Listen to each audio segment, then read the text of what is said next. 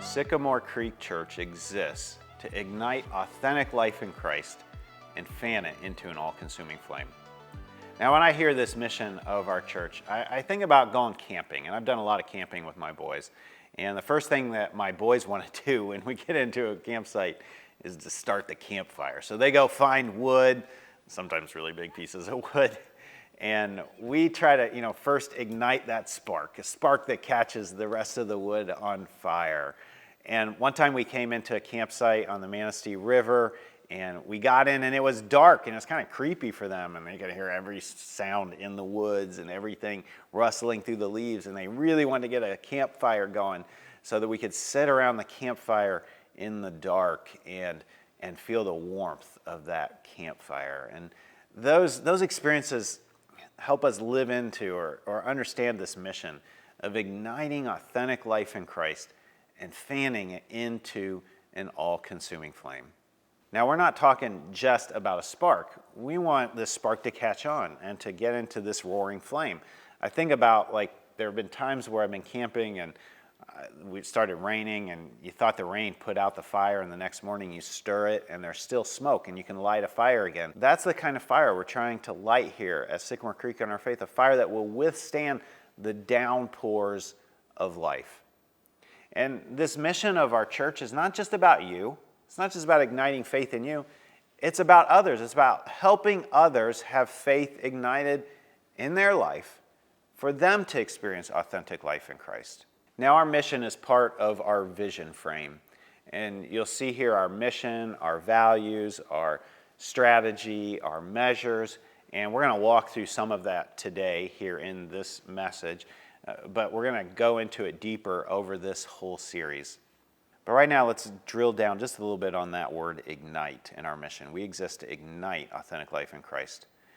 We read in the Bible these moments where God or the divine touches humans or creation. And when that happens, sparks fly. Bow your heavens, O Lord, and come down. Touch the mountains so that they smoke. When God comes into the room, sparks fly and fires ignite. Now, for some of us, that ignition of our faith, it's not a new faith that was never there. For many of us, it's a reignition of faith. And that's one of the places where we as a church are sometimes most fruitful. People have been hurt or harmed by their experience of faith and sometimes other churches. And so Sycamore Creek becomes a place where their faith is reignited. We help the de-churched or those who are traumatized by church, or we help those who are deconstructing their faith reconstruct it on the other side. Now, our mission is not just to ignite authenticity, it's to ignite authentic life in Christ. In Christ. That word authentic is really important, but it is not just authentic by itself, it's authentic life in Christ. And I'm going to share with you through much of the rest of this message what we mean by that. But first, I want to give you a chance to reflect on what authentic life in Christ means to you. So put it in the chat or turn to your neighbor and let's talk about that.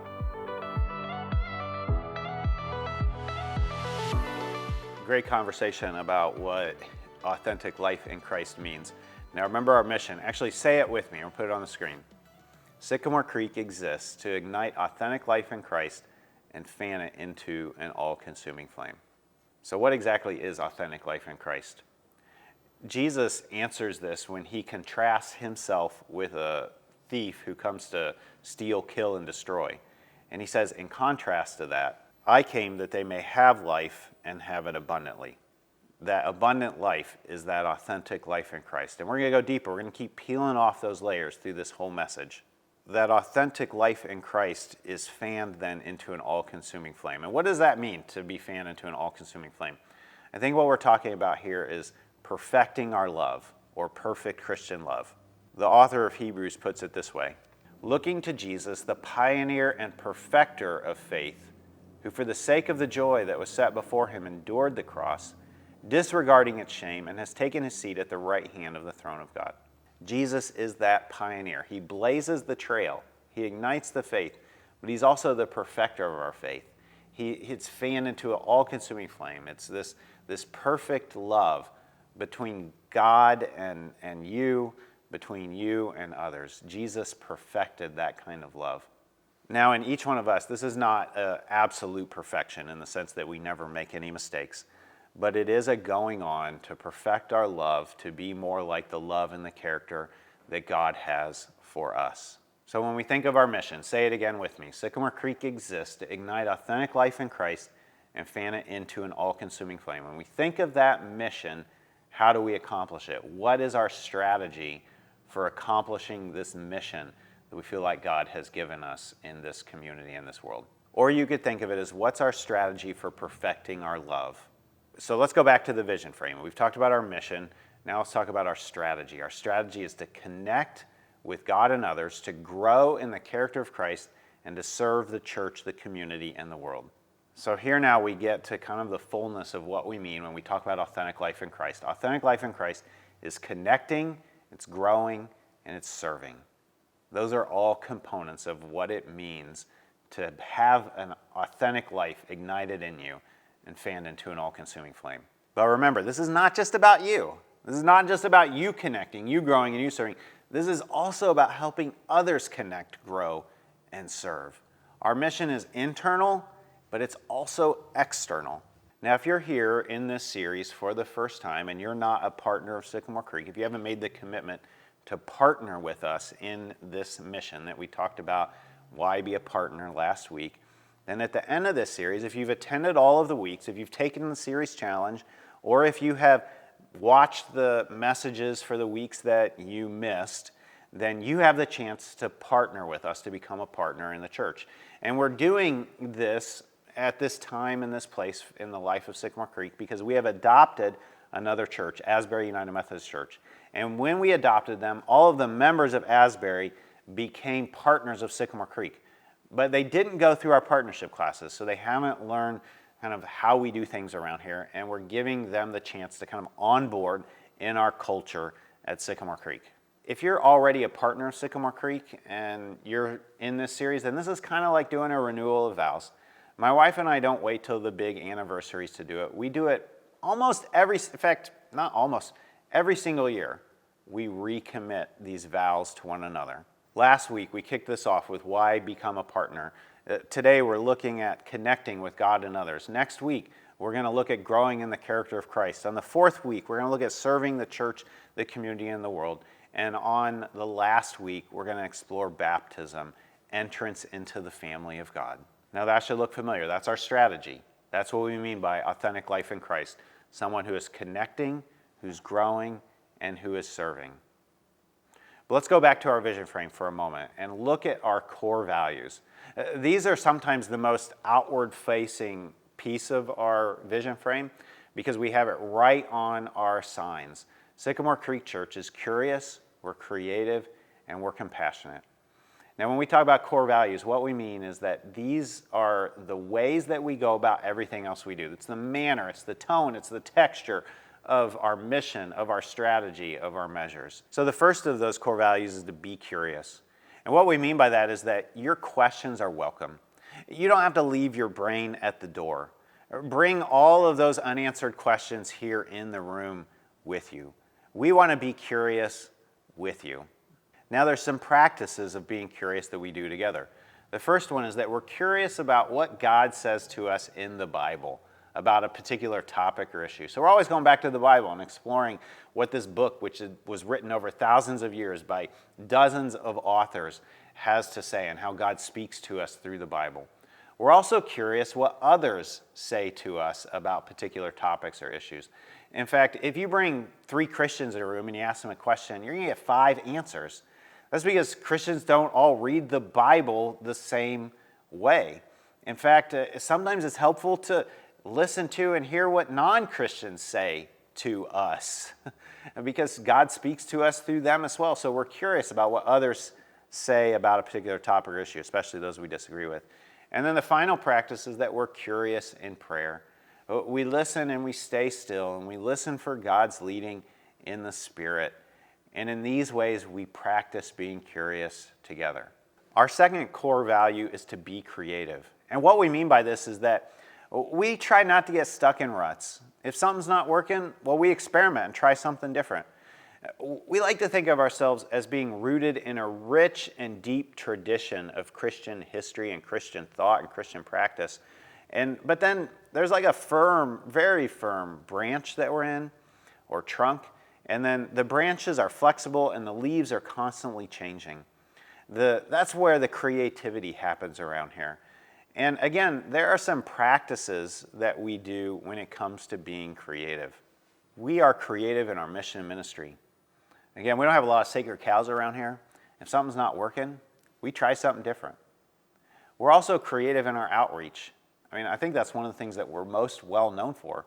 We do church in a pub, church in a diner, church in a bowling alley, church in a graveyard, church in a distillery, church in a dance studio, church in a bakery. We're always trying to go out and be creative in where we can do our mission and ministry and our outreach. And then a final practice is we're creative with our buildings. Our buildings are not sacred cows. They're actually tools, they're assets, particularly for the community. We try to remodel our buildings so that the community finds them as an asset. Like all the way to the point of, community theater groups use our buildings at very low cost, if not free of charge. We remodeled the pastor's offices out of our buildings because, we don't see Jesus having an office. He was out in the community, so we try to be out in the community as well. We use our buildings in creative ways. And our third core value is to be compassionate. And what we mean by that is it doesn't matter who you are or what you've done or where you've been or what you believe or what you don't believe or where we meet you. We're going to do our best to show you the compassion, the love, the mercy, the grace of God, and to look for the way that you show that to us as well. And we're human beings, so we don't get that perfect all the time, but that's always our heart. That's always our posture and our attitude to those around us. And we're going to be compassionate to you no matter what side of the political aisle you're on, whether you're white or black or brown, whether you are gay or straight, or whether you don't know what you think about all of that. We're going to do our best to show you God's compassion. And again, there are some practices of compassion that we do together. The first practice of compassion is to be fiercely focused on the guest. Who's the person who is new among us? How do we make them feel welcome? How do we help them build friendships, experience our church not just as a friendly church, but a place where they can make new friends? A second practice of compassion is developing diverse friendships. Now, that can be diverse friendships inside of the Christian tradition with Christians who disagree with you on what it means to follow Jesus. It can be diverse friendships outside of the Christian faith. It can be diverse friendships when it comes to race, culture, ethnicity, gender, sexual orientation, political orientation. We try to practice compassion by developing diverse friendships. And then a final practice of compassion is by giving compassionate service. We are always trying to ask, how can we serve the community around us, the one that's right outside of our door, and how can we serve the world? So here's a question for you to talk about. You may be here for the first time today or watching this for the first time, but even still, I think you can answer this question. How do you see Sycamore Creek being curious, being creative, and be compassionate? Let's talk about that. I imagine that no matter how long you've been here, you've seen us practicing this, being curious, creative, and compassionate. So let's go back to our vision frame again and look at the measures. These are the kind of Christians we're trying to form. Christians who follow these three simple rules. Do no harm, do good, and stay in love with God. It's our hope that after you've been with us for at least some amount of time, that you'll be doing less harm, you'll be doing more good, and you'll have more resources to help you stay in love with God, to do those first two as well. Now, those are simple. They're simple to understand. They're simple to remember, but you'll spend a lifetime growing to do those better and better. So when we say do no harm, we mean by avoiding evil of every kind. And when we say do good, we mean do all the good you can by all the means you can and all the ways you can and all the places you can and all the times you can to all the people you can as long as ever you can. And when we say stay in love with God, we mean by attending upon all the commands of God. Now, we've created an inventory for these three simple rules, and if you're in person, there's probably one there in front of you, or you can follow the link, sycamorecreekchurch.org/3simplerules, and download a PDF at any time to, well, take an inventory of yourself. It's kind of a soul examination practice. Where are you at when it comes to doing no harm, doing good, and staying in love with God? And then building your own kind of spiritual, formation plan to grow in each one of those areas. Occasionally, we have small groups that will help you go through this, or even mini retreats where you'll get together for several hours to walk through this and make a plan for the year. Tim Newman, our small groups leader, often leads these. And so watch for those in our groups and events brochures. All right, let's go back to our vision frame here for a moment. Now that you have all of those things kind of in place, remember our strategy is to connect, grow, and serve. That's what authentic life in Christ means. And when we talk about connecting, we're talking about connecting with God and connecting with others. So let's drill down on the connecting with God. Again, that third simple rule, stay in love with God. Now, if we were sitting in a cafe and you asked me, well, what does this whole Christianity thing mean? What does it mean to stay in love with God? Here's a picture that I would draw to help you understand it. So you take out your Sharpie and your paper that you obviously have at the cafe, and you draw a circle here, and you think about this world. This world is really messed up. In fact, you don't have to be a Christian or any particular religion or faith to agree with this. I look at my friends who are atheists, and they agree, yeah, the world is not the way that it should be. In fact, it's messed up right down in between the most important and intimate relationships in our lives. You see war, you see poverty, you see divorce and abuse, you see discrimination and prejudice. And we all have this inner sense that the world is not the way that it should be. And what's interesting about that is the idea that, well, where do we get this idea that the world should be something else, should be better? Well, Christians believe that the answer to that is that we have this idea that the world should be better because God created the world for good. It's built in to who we are, that God created the world and intended it for good. So how did we get from this place to this place?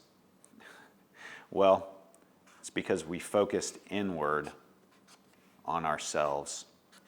We looked out for number one, for ourselves rather than others. And what ended up happening is that we damaged the world for evil. Now, the good news is that God, who created and intended the world for good, did not leave us in this broken world without resources and hope. God came into this broken world, did not stay in heaven away from it, but entered into it in the person of Jesus to create a community inside of this world that was designed to heal. Now, this is where a lot of presentations of what Christianity is about stop. It would be nice to stay in this little bubble of our good friends who are all trying to grow and heal together. But that's not where God leaves us. You see, inside of this broken world, this community that exists to be sent out, to reverse those arrows from inward to outward. We are sent together to do good, to get out of this little bubble. Now, here's a question I think my friends who are non-believers would ask. They're like, I get this part, and I get this part, but why do we need this part? Why do we need God to come into the world? Why do we need Jesus? Well, the reason is that if we try to do this on our own power, with our own resources, we're really just back to here. We're just doing it with ourselves. And that's what got us in the problem in the first place. There's a big gap between these two places that we can't get over ourselves. And God entered into the world and gave us the resources so that we can do this. Now, really, in a lot of ways, God is at work in every person of goodwill. who is trying to be part of the solution rather than the problem. But when we say connecting with God, this is what we mean. And we enter into this world when we ask Jesus to forgive us and to lead us. And this is the way that we lead. This is the way we forgive. Now remember, this is not just about you staying in love with God. This is about helping others stay in love with God. When you partner with us, you say, I'm going to partner with you in connecting myself with God, or connecting with God through God's work in me, but also paying attention to how I can help others connect with God as well. So we connect with God, but we also connect with others. And once again, this is not about just you connecting with others. It's about helping others connect with others. So let's take a moment and have a question here to reflect on. How have you seen or experienced Sycamore Creek helping people connect with others? Put that in the chat, or let's talk about it.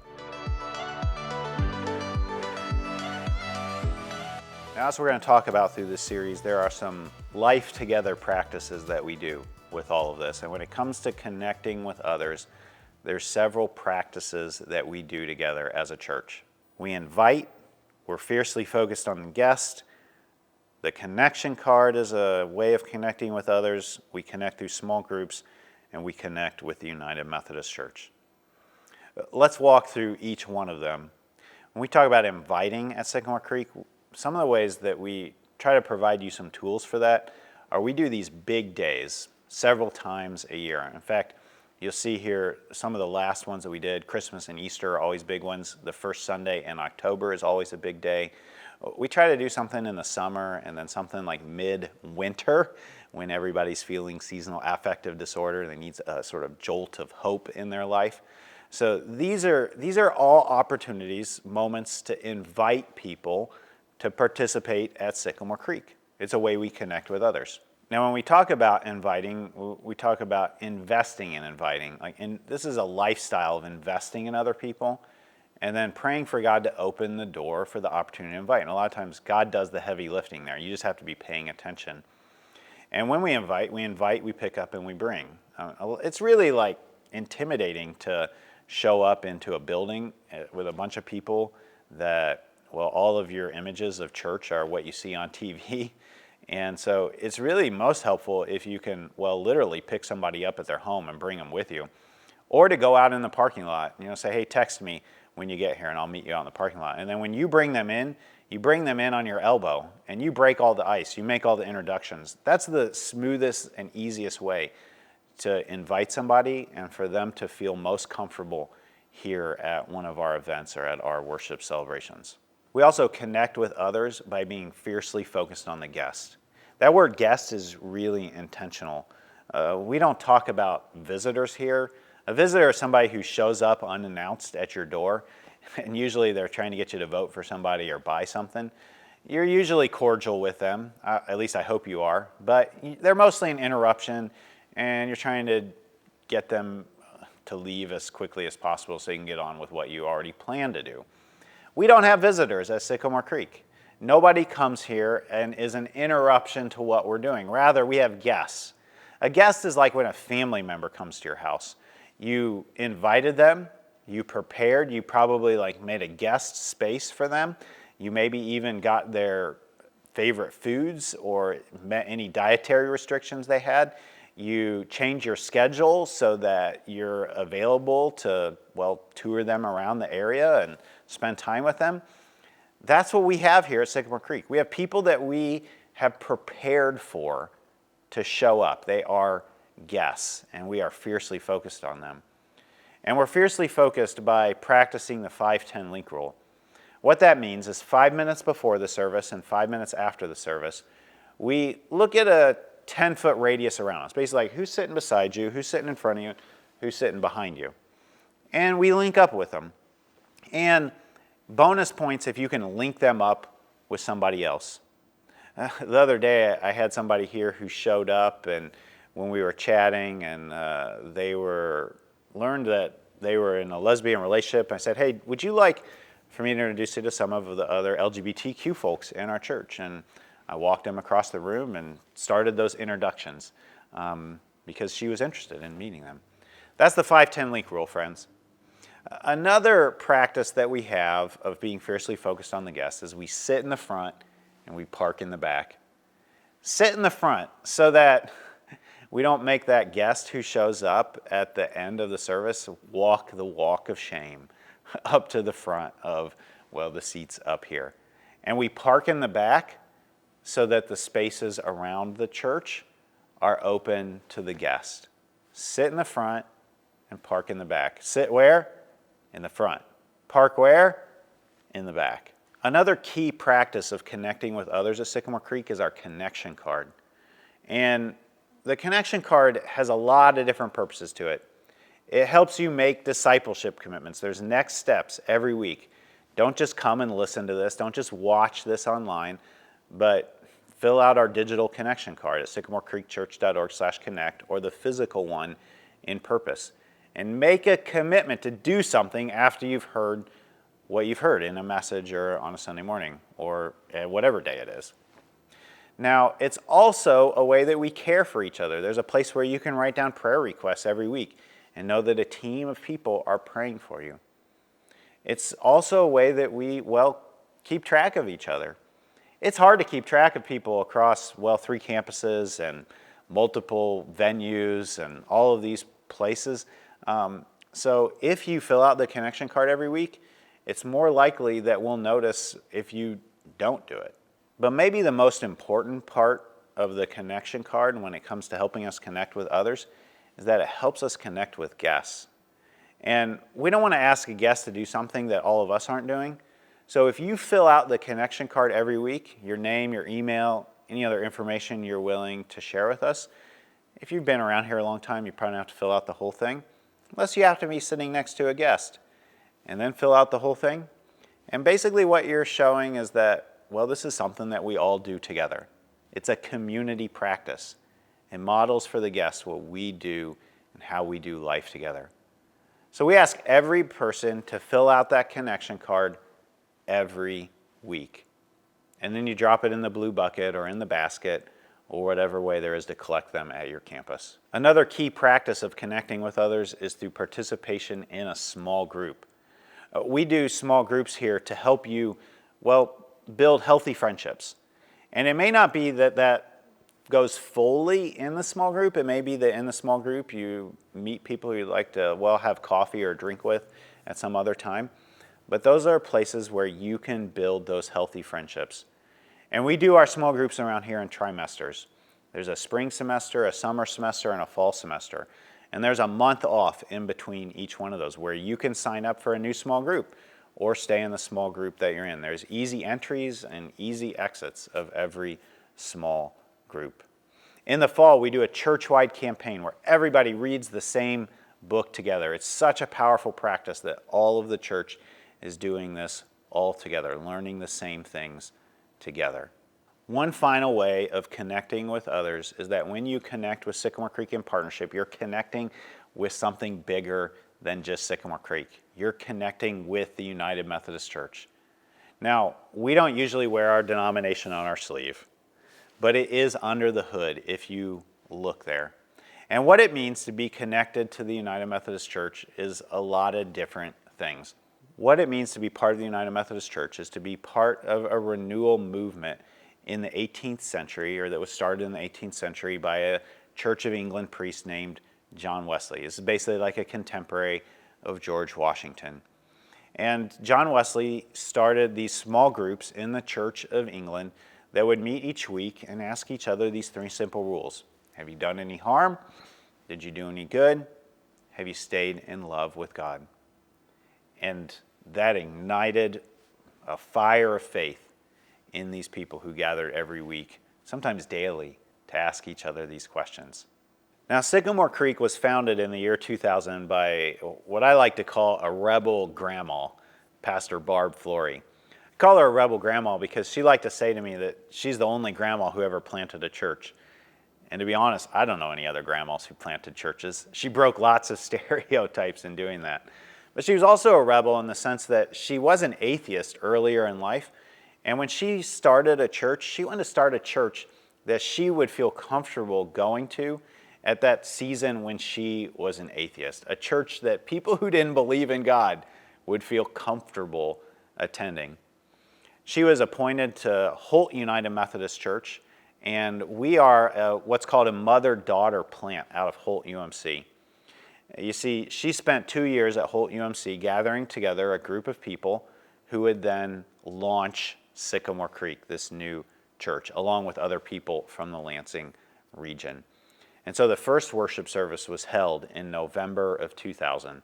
Right now, it's 2023, so Sycamore Creek is going to turn 23 this year. Like, our prefrontal cortex hasn't even fully developed yet. I mentioned that Pastor Barb was appointed to Holt United Methodist Church because we as a denomination follow the lead of bishops, and our bishops appoint our pastors. I'm appointed every year, well, for the last 13 years as of the filming of this, back to Sycamore Creek. And every year I might be appointed somewhere else. Now, I keep getting appointed back to Sycamore Creek because, well, we're doing amazing, creative, curious, and compassionate things. If you like your pastor, the best way to keep your pastor is to keep doing those sorts of things and keep inviting your friends. Bishops don't like to lose or move pastors who are being effective in their places. So keep doing what you're doing, Sycamore Creek. We gather annually as a church to vote on some things here together, to make some decisions together, and occasionally we gather those of us who are partners to make financial decisions or to make decisions like adopting another church. One final thing that's important to understand about being part of the United Methodist Church is that we as a church have what's called social principles. We think that our faith doesn't just impact kind of what happens in here, but it should impact the world. And when you read the United Methodist social principles, you'll probably find some in there that make your heart sing, that you so agree with, and you'll find others in there that you're like, well, I don't know that I want to be a part of a church that supports or advocates for that. At their best, the social principles are meant to be prophetic examples of how we live in this world. But they're also not binding. You can agree with them or you can disagree with them. But one thing that we do agree upon is that we have a unity in essentials, a liberty in non-essentials, and a charity or compassion or love in all things, even when we agree and when we disagree. So you'll remember, we've been talking about authentic life in Christ as connecting with God and others and growing and serving. We've been talking about connecting today. Next week, we're going to talk about growing in the character of Christ. So let's go back to that mission statement one final time. Say it with me. We exist as a church to ignite authentic life in Christ and fan it into an all-consuming flame. Are you ready to partner with Sycamore Creek to help connect with God and others?